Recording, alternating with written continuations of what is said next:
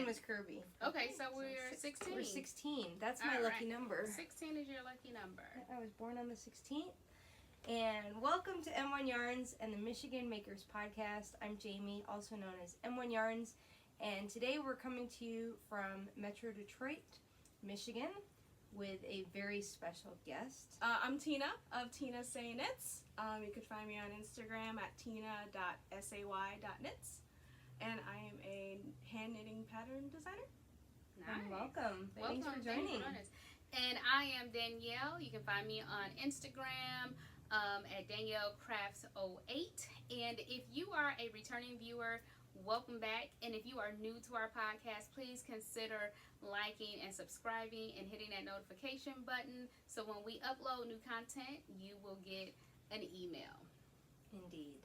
So today I'm just so excited because from the beginning of us talking about having a podcast, at the top of our list, we were like, we have to have Tina on. Yes. Wow, I'm trying to think of how long we've known each other, but it's been a few years since we've, of course, been able to see each other with the pandemic and life, and yeah. so, but you're local. Mm-hmm. Are you originally from New York? Yes. Okay. Yep. I thought so. Mm-hmm. All right. What part of New York? Queens. Queens? Mm-hmm. I lived in Queens. Yeah? Yeah, I lived in Ozone Park. I lived in Woodside. Okay. I lived in Jackson Heights. Okay. I've also lived in Brooklyn for a year. I lived in Brooklyn for a very short time as well. Yeah. Nice.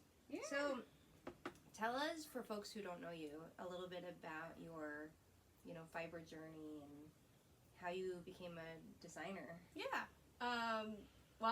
My grandmother taught me how to knit when I was very young. Mm-hmm. I think I was 7 or 8, but really young. Mm-hmm. And then I made like a purple or blue garter stitch scarf. And We all start with a Yep. scarf, right? And it always seems to be blue. It always seems like blue is the beginner color. Mm-hmm. Yeah. I think I still have some of that yarn somewhere. Do you know what kind it was? Was it red heart? I didn't have the yarn band on it, but Okay. it is. I believe it was acrylic. Mm-hmm. And then from there, when I was growing up, I stopped knitting for a little bit. Yeah. Didn't pick it back up until college, when I specialized in knitwear design. Ooh. I went to college at FIT, and I had to make my senior thesis with some hand knits, some machine knitting, and some programming on knitting machines. So from there, I picked back the needles, and I've been designing since then. Wow. I haven't always written patterns. I've always just designed on the needles. I didn't write any patterns until I moved to Michigan. I moved to Michigan only, I think, 5.5 years ago. Oh, wow. So I've been calling Michigan home for 5.5 years. Okay. And I didn't start writing patterns until 2017. Okay. So that was, 4 years ago? And what brought you to the point where you said, okay, I'm going to take this from my brain to paper and make it available for other people? I blame Instagram. We all do it for the gram. So when I first moved to Michigan, I didn't know anybody. I came here for a job for computerized knitting machines, and I didn't really have any friends. So I was like, all right, I'm still knitting, so maybe I'll share some of my knitting on Instagram. And then I didn't really know, and there was a whole online community on Instagram, and so I started sharing my knits, and they're like, is there a pattern for this? And I was like, what do you mean, is there a pattern for this? There's patterns? Because up until that point, you'd always just created? Yeah. Okay. Yeah, I've always created. I've always just knit for myself or friends and family. I did not know that writing pattern was a thing. And so I started looking it up. I was on Ravelry since 2013. I don't use it anymore. Okay. But I knew about that community, but I didn't really use it that much, and I didn't know that I could write a pattern for people. I thought this was just like someone else's career and job, and that it wasn't something that I could do, and then I started doing it. Wow. And I was like, okay, well, this isn't too bad, and it was just really fun to share my knits with people. Yeah. I think that's why I thought it was something that I could continue to do. Cool. Cool. And so was learning pattern writing, like the technical part of it, was that a steep learning curve? Was it like learning like a lot of math or Yeah. things that maybe your experience at FIT didn't touch on? Yeah. Definitely translating what's in my head from a stitch onto words on paper was definitely very different. And making sure that people could understand it. Mm-hmm. Because just because you don't understand it doesn't necessarily mean Okay. somebody like me Mm-hmm. would understand it. So there was a learning curve of Mm-hmm. what can people understand from my brain, Mm-hmm. basically. Yeah. And then over the years, learning what people needed in a pattern, how to write a good pattern. And yeah, it was a really hard transition for me because I'm just so used to just knitting on my needles and not thinking about notes. Yeah. Yeah. So now I write every single thing down because I never know when I need it. So yeah. I think that's a good practice, even if you aren't writing patterns, to write things down. Because today I was working on my sock, and I probably should have done this. I don't even want to tell Jamie where I am on my sock, but I'm not very far.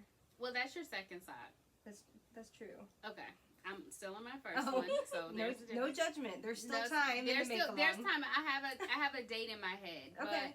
but I can't remember if I do 5 or 5.5 when I get to the toe, and I haven't written that down. And so I'm like, okay, now when I start the toe, which I think it's 5. It makes sense. Like once I did the measurements, I'm going to write this down because I get tired of like thinking about it every single Or time. I having make to a like pair of actually socks. like read your knitting. Yeah, and like get another sock and measure it. So yeah. Yeah.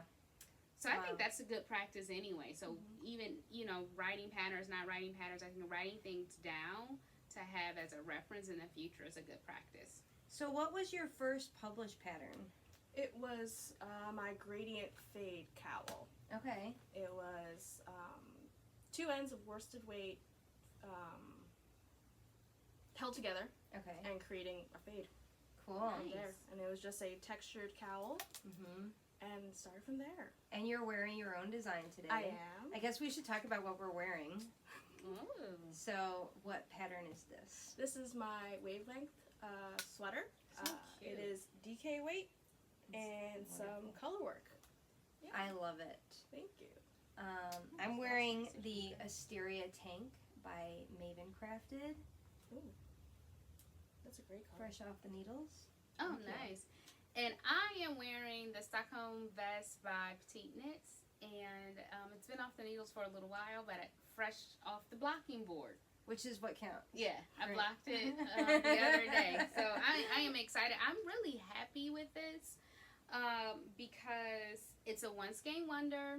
Like you have a skein of mohair and a skein of fingering, or you can do it in DK. And it's an easy knit. And this is actually like a classic thing that you can have a part of your wardrobe. So I think I'm going to make another. And I'm not going to freak out about running out of yarn because I know Yes. that I can do it. Yeah, you were. I lost planning. my stitch marker and I have to find it. Here it is. So now you have a whole bunch of your own patterns, and you have your own website where you sell them, Mm-hmm. and you've built quite a following on Instagram. Thank you. Yeah, I mean, your patterns are just gorgeous. I think there's a little something for everyone. Mm-hmm. Thank you. Yeah. Thank you. So where do you find your inspiration, or where do ideas come to you, I guess I should say? Let's see. For garments, a lot of it comes from thinking about what's missing in my own wardrobe. Or recreating a silhouette in my wardrobe that's not a knit into a knit. Okay. For garments, that's typically where I start Mhm. with a silhouette, and then from there, I look for yarn dyers who would be willing to collaborate with me, or if a yarn dyer already wants to collaborate with me, I say, hey, this is my idea. What do you think? And then we go from there. Cool. And then when it comes to colors and the stitch, I think about my cultural journeys, mixing my Chinese American culture with holiday Mhm. that represents a color that I want to try and design with, or just memories with my grandmother, or just kind of existing as a human being sometimes. Yeah. Like my Wavelength sweater I have on my sleeve here, says human. Just like little reminders to just be gentle to myself. Yeah. That's in the pattern? Yes, Oh, it is. wow. Yep. There That is nice. a part of the pattern that you can create different wordings and just a blank grid in there where you could just, some people have done like a full-on band. Okay. Some people have done hearts and like little things like that. Nice. Yeah. So people have been having fun with that little detail. Yeah. I like that. Yeah. I like that a lot. Tell us a little bit about your pricing for your patterns, because you've done something special to make patterns accessible to everyone, right? Yes. So my patterns on my website are priced with tiers. Each tier has a different dollar amount off the pattern. Okay. It is all an honor system, and I feel like it is good to give that option to people who actually need it. And for people who do take advantage of it, it speaks more about them than it does about me offering that those options. So if they want to do that, that's on them. But for me, I'm offering that for people who financially can't have access to patterns at this top tier, and it's fine. Right. But I also offer it at that full price because that honors my work, Yeah. my time, my labor, Absolutely. and my creativity. So Absolutely. it's something that I'm trying to do, like a lot of people in the community and the industry, trying to make things more inclusive and financially accessible to people. And then I also have a pattern gifting option on my website as well, Yeah, I saw that. where people can purchase the pattern gifting, and people can sign up to receive that a pattern from someone who had gifted a pattern. So you have Oh, givers and you wow. have recipients. Yep. Oh, yeah. Okay. Yeah, I think that's great. Oh, that's really cool. So you're really doing a lot for the community behind the scenes in addition to designing. For you, designing is not just your only way of connecting to the community. I feel like this is I have a full-time job, so Yeah. writing hand knitting patterns is something that I do because I purely love it. And if I didn't do the things I need to do to feel like part of the community and spending my time to make at least the world a little bit better, Yeah. then it's not worth doing. Totally. Yeah, you might as well just go back to knitting for yourself and carrying on with your life. Yep. Yeah. Yep. Yeah. That's really great. Nice. So, I think we all connected, like, Kirby and Gwen and so many other local Michigan makers through a local sip and stitch that we haven't had, of course, during the pandemic, but we had opportunities to sit down and have coffee together and get to know each other. And actually, so for this year for my Rhinebeck sweater, I knew I wanted to make a Michigan maker's design. So I actually knit one of your sweaters. And I wanted to incorporate not only my yarn, but yarn that I purchased at Rhinebeck in 2019 when Danielle and I were there. Oh. And I had this one lone skein of Lola Bean that I think it was like, were we at Indian Tangled? It was like a... I think you got it when we were at CC's Wool. It might have been, but it was like a little orphan skein that I had think like... it was CC's Wool because at Indy she had her Rhinebeck Oh. colorway. But at CC's Wool they had some Lola Bean. Yeah. Yeah. So there was this little orphan skein. It didn't even have a sticker on it. It wasn't like with the other yarn babies in the pile. It was just kind of like, I think it had fallen under the table. And I was talking to Adela, and the skein caught my eye out of the corner of my view, and I said, oh, that color is amazing. It was totally my fall, palette kind of thing. And I said, is this for sale? And she said, yeah. And Yeah, that must have been Indian Tangle. yeah, so I took the one skein home, and we talk about like seeing or when you only buy one skein, you're not sure what you're gonna do with it. Yeah, I get This- a little stressed. This came together so well. So I haven't been sharing it on Instagram, but for those who are interested in what my Rhinebeck sweater is, and knit the Wavelength. So I'll show it to you because it's actually fresh off the. So you got all of that just out of one skein? Well, the color work is one skein. Yeah, that's Yeah. a lot still. Nice. Exactly. And the blue is my own.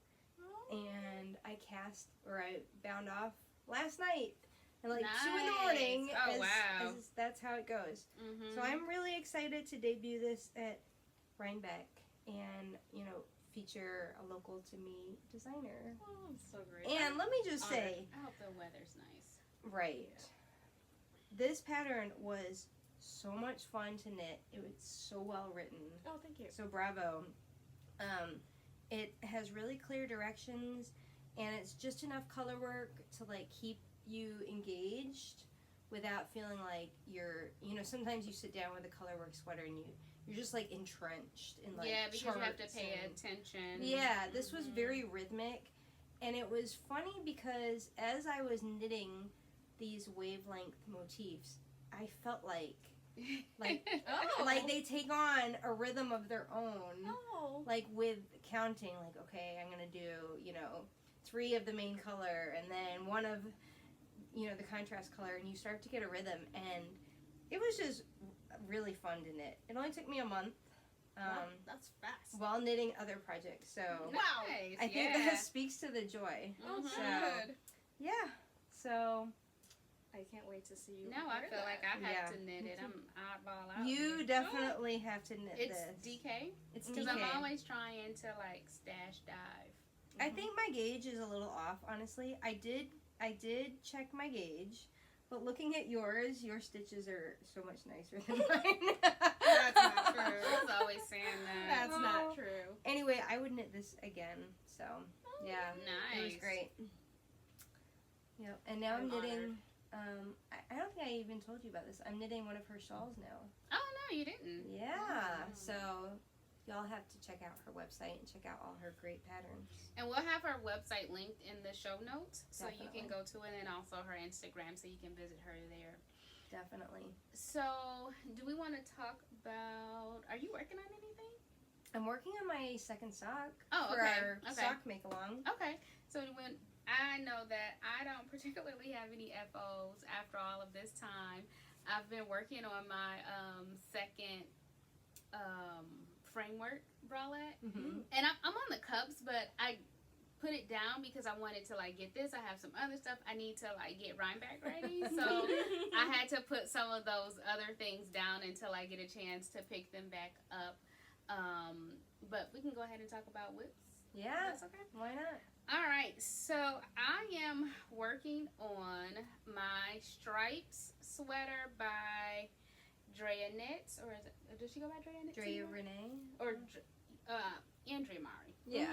And I am so excited about this. Like, I've been thinking about like how I can pair this with so many different bottoms, like an orange pair of pants, a blue pair of pants, a gray pair of pants, and so it's been a little tedious working with all of the loose ends and all of that, but I've really enjoyed this knit, and so I'm almost finished with the ribbing, and then I'm going to start the sleeves and try to just get this done by Rhinebeck. I mean, I'm not saying this is my Rhinebeck sweater, but this is something that I am taking to wear. Mm-hmm. I didn't bring my sock whip. I still have my sock whip, and I didn't bring my other whip. I just said, they've seen enough of that, so There's still I'll a month just- left. I know I'll just have it next time, but I don't have any FOs. I've been so busy over this last month and a half that I haven't gotten any FOs. But it's not Finished just about objects finished, but yeah, it's not just about finishing. It's about the journey. yeah, it's about the journey. So, but I've been knitting. I knit every day. I just haven't done as much knitting. Okay. So yeah, this is exciting. I plan on casting on my Saturday Rhinebeck sweater, which is the official day of Rhinebeck Saturday, is the official start of it. I plan on casting that sweater on, I said the 15th, but I might have to roll that to the 17th because I forgot to wind the yarn. Yeah, and that takes a lot of time. Yeah, it's going to take a lot of time, especially if I want to wind all of the yarn at one time and have it ready. Mm-hmm. Now, if I do like 3 or 4, that's not going to take a long time, but it's a lot of yarn. Yeah. Have you disclosed where your Rhinebeck sweater? Not yet. Oh, okay. Not yet. All right. We're all so secretive. I don't know why, but Yeah. I like that. it just seems fun. Are you planning to go this year? I cannot go this year. Aw. Yeah. Is it your birthday? No. Okay. My birthday's in January. Oh, okay. Yep. I don't know why I thought it was your. It was something last time you couldn't go. It was like a milestone. I don't know if it was your I anniversary. was in China.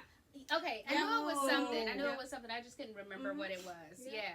That's really cool. I think this year with Rhinebeck, it's not going to be like the full-on experience anyway. So, you know, although like we had our place booked from 2019, Mhm. which was why I think, you know, we were like, yeah, let's just go. But I think like for people who maybe have never attended and are looking for the whole experience, I don't think this is going to be the best year for it. Mhm. We're But still holding a lot of workshops online, I believe. Yeah, Mhm. yeah. That- a lot yeah, of that's- workshops and classes will be online. And that's good. I mean, Yeah. I think it's been really great. I know for me, like participating in Vogue Knitting Lives and other virtual Mhm. yarn experiences, it's been able to connect more people who, you know, you can't travel to everything and not Yeah. everyone can afford to travel. Mhm. But it's been nice that the fiber community has connected digitally that way. Yeah, yeah, and we can continue to do so. I would like to attend Vogue Knitting Live in person. For sure. You've never attended Vogue Knitting Live? No, and living in New York, I didn't know that these things were happening. When I was living in New York, I was just in my apartment crocheting, and that was it. I had no idea there was a community of people doing this thing. Yeah, and I didn't know about like Instagram and hashtags and stuff like that. I mean, I use Instagram to take selfies of me on the subway platform and stuff like that, but never to like engage in the yarn community. I didn't know it existed. I didn't do it when I was in New York either. It wasn't until I moved to Michigan. And it's weird because when you look back and now you live in Michigan, you're like, okay, so Gigi, where were you when I was living in New York? Ceci, where was you when I was living in New York? And they were like right there. So, but the good thing is that we get opportunity to go to these yarn festivals and these different things and get to hang out with them. But I'm like, I wish I would have known when I lived in New York. Yeah, I think that's why, you know, we push so much for like building community, both virtually and locally, is that, you know, people are, you know, so many knitters and crocheters are introverts or, you know, totally right here. And it's like, it is good to kind of connect and feel like there are other people just like you somewhere. And find that kind of camaraderie. So yeah. So what are you working on? Who else would like to share their whip? do you want to share what you're working on? Want to share? You're not sure? Well, I can share. This will be the first time I'm publicly sharing this. We understand when we have designers that they may not be ready to share at that time. So don't no worry. pressure. I have shared this to some of my Patreon subscribers, but I am creating a fingering weight version of the Wavelength. That's so awesome. I've gotten some requests from people who live in a lot more warmer weather temperatures that don't ever go below a certain degree, so they're like, hey, you know, I can't really wear a DK weight sweater, can you make it in a fingering weight? And I was like, you know what, this pattern was really fun to create, and it's going from DK weight to fingering weight is going to be a lot of math. Yeah. It is not as easy as just Going switching down. yarn weight and a needle size. Yeah. So it is going to be an entirely new pattern. So I'm going to change it up a little bit just to keep it different for people who have knit the Wavelength but want to knit the next one. So you heard it here first. Cool. Well, sign me up to knit that one. That sounds cool. well, I'm looking forward to that. I'm knitting on my sock, like I said, but I'll also show you. No, we're using the same bag. Oh yeah. Mm-hmm. Since the last episode, I cast on one of Tina's shawls, like I mentioned. This is the Breathe It In. You probably can't see much of the detail. It looks good. I can see I'll it. try to insert a photo. Mm-hmm. But so this is, you're hearing it here first. Like we always bring you the great news. For those who are attending Knit and Escape retreat in Roxbury in November, I'm gonna have kits for this. So working on that and loving it. Nice. So you're gonna have kits for the pattern. Yeah. So the pattern is it for the Knit and Escape, or is it? It's a pattern that already exists on my website. Oh, okay. But you're gonna have kits for it there. Okay, Exactly. got it. Yep. Okay. And did I mention it's called the Breathe It In? Mm-hmm. Yes. So I thought the name was a good nod to like COVID and how COVID, affects your lungs and how we've all been, dealing with so much during the pandemic. And I just wanted it to be like a positive, like breathe in the goodness and all that. So Nice. yeah. But I do need to wind my yarn for the one sweater that we both are making. Yeah, I'm thinking. I don't know. I'm so intrigued by this new winder you're getting. Oh well, I'm like Danielle's do spilling the tea. Do I bring my yarn over? Like, what do I do? Because if I don't have to stand in my basement and do that. So I what she's alluding to, I broke down and ordered an electric winder.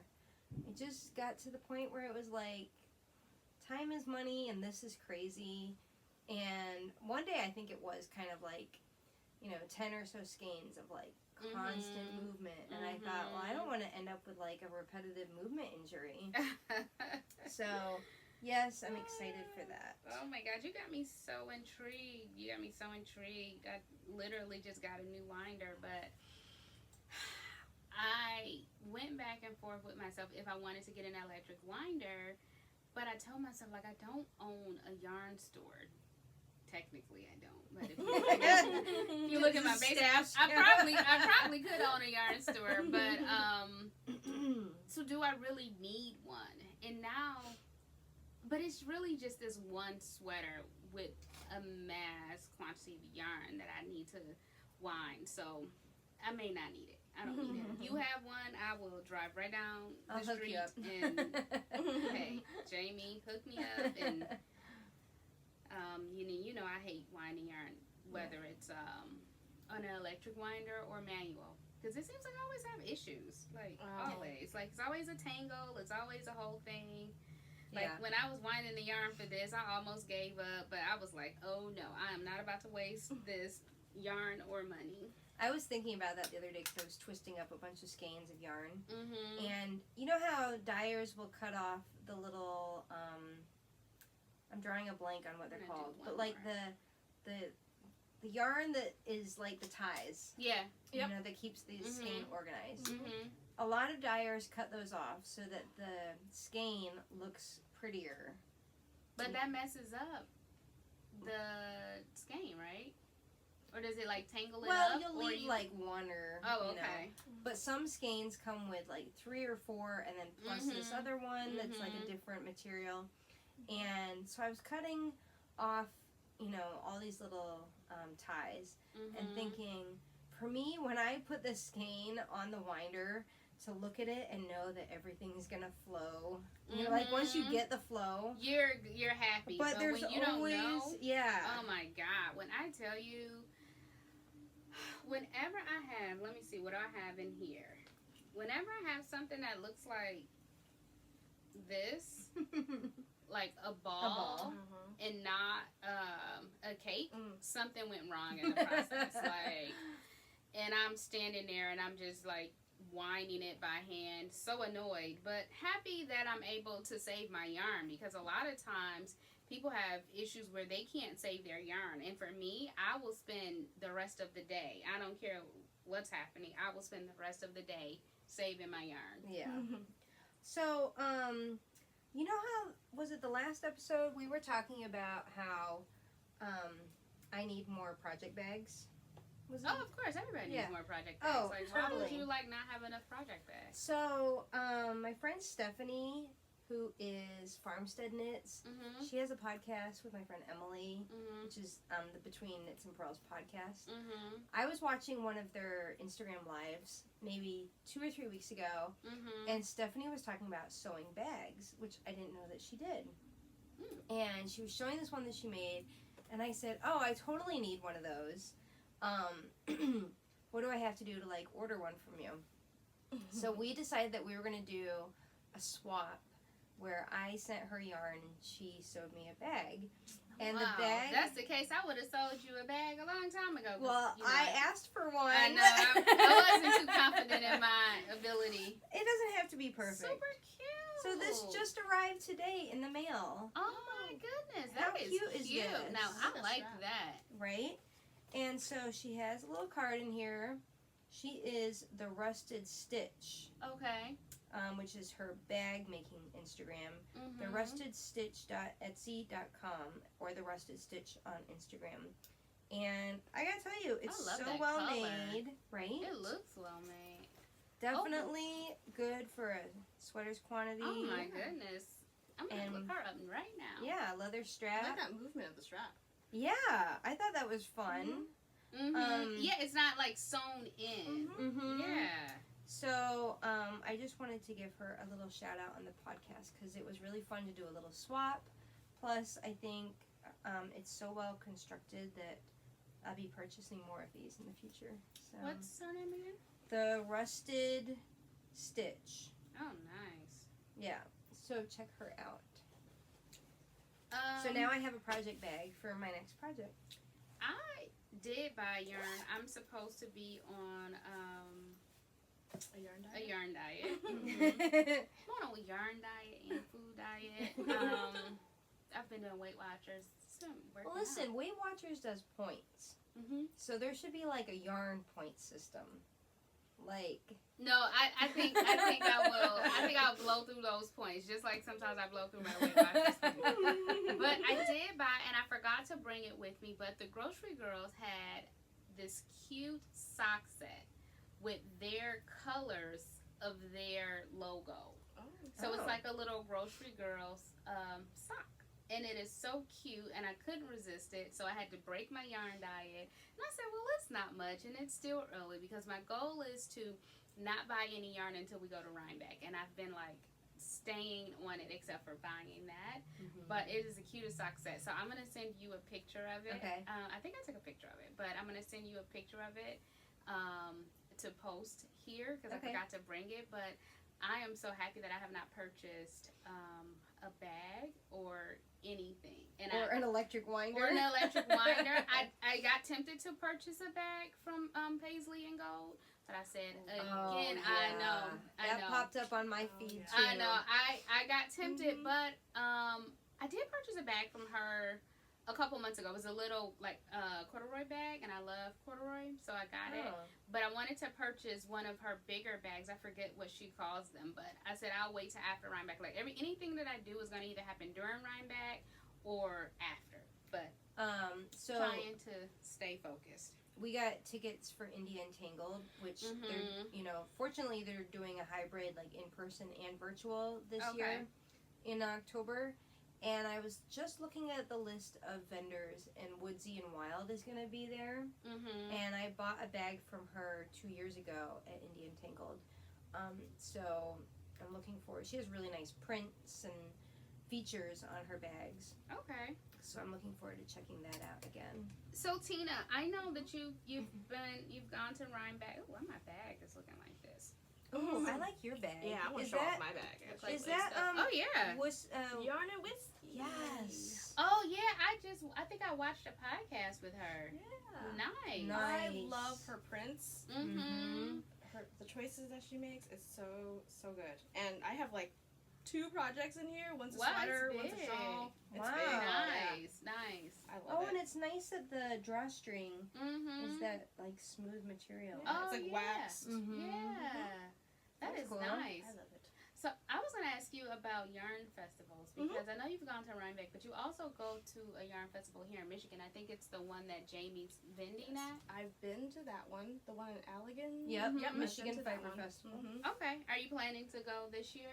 I don't know if I'm gonna have time, but I will try. Okay. With buying a new house recently, Oh, I've had to yeah. cut down on the yarn and Absolutely. some other things. Yeah. So I'll see if I can make it. Yeah, Yeah. hope to see That's you there. how I know we did the same thing last year, and so I totally know, like, when you're buying a new house, it's like, You bought a house for the pandemic? yeah. Wow. So here's the crazy thing. It was, so the pandemic happened. The pandemic is still happening. Yeah. But like the big part of the pandemic happened. Then when things started to slow down, when realtors could show houses again, we jumped on it. Oh wow. And when we jumped on it, we were able to get our offer accepted before everything got crazy. Wow. And no one was able to get their offer. They had to offer up like their firstborn child. Yeah, no, I to understand. get the house. Yeah. But we got really, really blessed in that way that wasn't our reality. Wow, and that's so I good. think, honestly, and we talk about it a lot, if we would have waited a week later, Yeah. It would have it would have you been would a have wrap. had to cut off an arm and a leg. Yep, and offer up my firstborn. Yep. So when did you move? That's so exciting. A month and a half ago. Oh, wow. Yeah, it's still pretty fresh. Okay. We renovated everything ourselves. We painted. My husband redid the floors, ripped up all the carpet, Oh, and all nice. new flooring. See, it's good when you can do that on your own. Yeah.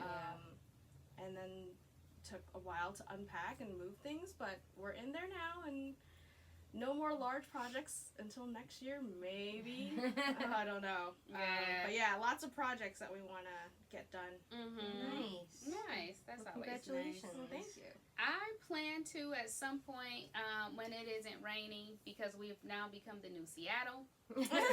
For some reason, we are getting rain like every other day. And losing power. And losing. I don't even want to talk about that. Like, Yeah. don't even say those words. Like, I want my power to Danielle, stay on. I was dyeing like hundreds of skeins of yarn the other day in the middle of that storm, and I thought for sure I was going to lose power. Did you lose power? I did not, but literally every neighborhood around us did. Yeah, it missed us. Part of our community lost power, and part of it didn't. Luckily, I live in a part that didn't, because we went what, like 2-3 days without power. Yeah, you were a couple really weeks ago. suffering. Yeah, a couple weeks ago. But I plan on having something on my deck for knitters, so we can just like sit outside. And it's just a matter of when, before it's cold out, but again, when it's not raining. So Yeah. yeah. That sounds fun. Yeah. So I haven't like really planned it out. I mean, I've been thinking about it since we've been like chatting, and we were supposed to do something a while ago, but then COVID went crazy and we didn't do it. So we'll figure something out. Yeah. Yeah. Cool. So what do you have coming up? So in addition to the Michigan Fiber Festival, that's my main thing. Coming up, I do have a kit that I'm going to be adding to the shop next week. I kind of want to call it Rhinebeck, like whiny Rhinebeck, but that just doesn't have like the best feel. So I'm going to have to think feel it about right now. Yeah. Okay. I'll try to insert some photos here if I have them ready by the time I edit this video. But it's going to be kind of like a, my idea behind it was if you can't attend Rhinebeck, but you want to have like a little bit of a haul, you'll have maybe some swag. There's going to be a hat kit, and it's actually enough to make 2 hats out of a full skein and a mini skein. Nice. It's going to include a pom-pom and a surprise sock skein and some other goodies. Nice. So these are going to be really limited edition pre-orders. They should go on sale next week. So that's the immediate future. Nice. Yeah. I don't have anything coming up except for just knitting for Rhinebeck and praying that everything goes well with the airlines and the rental cars and all of the things that have been impacted by the pandemic. Yeah. So Yeah. and coming over here and getting my yarn wound, because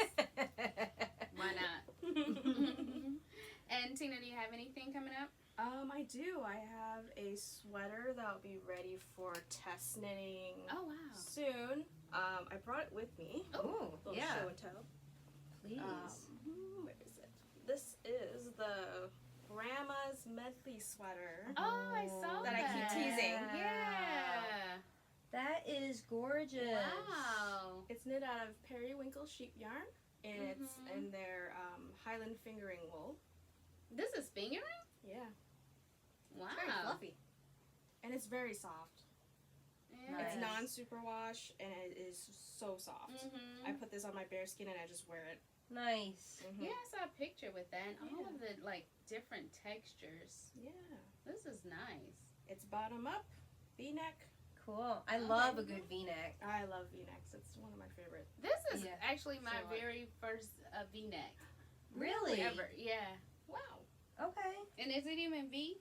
More like a scoop. It's Yeah. more like a scoop, whatever it is. Yeah. Yeah. That's a nice neck. But I do, Well, I guess I I've do never feel done like V-neck. necklines that kind of dip down a little bit are. Mhm.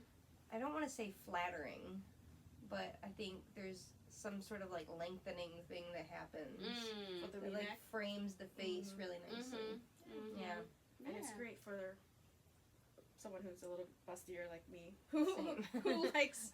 Listen, Who it can seems feel like some- everybody that come on here got the bust. Right. Now we gotta get some flat people on here. It's almost like we're not being inclusive. Was it the last one we were talking about bralettes? Yeah. When I was putting this on today, I was Oh. thinking about that. I was like, oh That's yeah, pretty. here I go with the bralettes and the tank tops again. Because you just can't, like, I can't do a strapless bra with Yeah. No, I everything. can't do and- strapless. Yeah, You know. they're very irritating. Although I like my like bandeau things, I don't have to keep pulling them up. But See, mine some just look people, like a pancake. yeah, mine doesn't. Mine Mine just gravitates downwards. see, mine doesn't do that for some reason. I really We lucked always up. end up on boobs. I know. I really lucked up and got these two out of this one store at the mall called Dry Goods, Mm. and I wasn't there for them, but I saw them. And I got two. The girl that was working there, she highly recommended them, and they stay up, and they're great. Dry goods. Mm. I don't know if it's still in the mall with the pandemic. I don't know if it's still open, but so you put out a call for testers? Not yet. I'm Okay. still working on the grading, Mhm. but hopefully in the next. I don't know when this podcast episode's coming out, but Probably in the next couple days. Yeah. okay.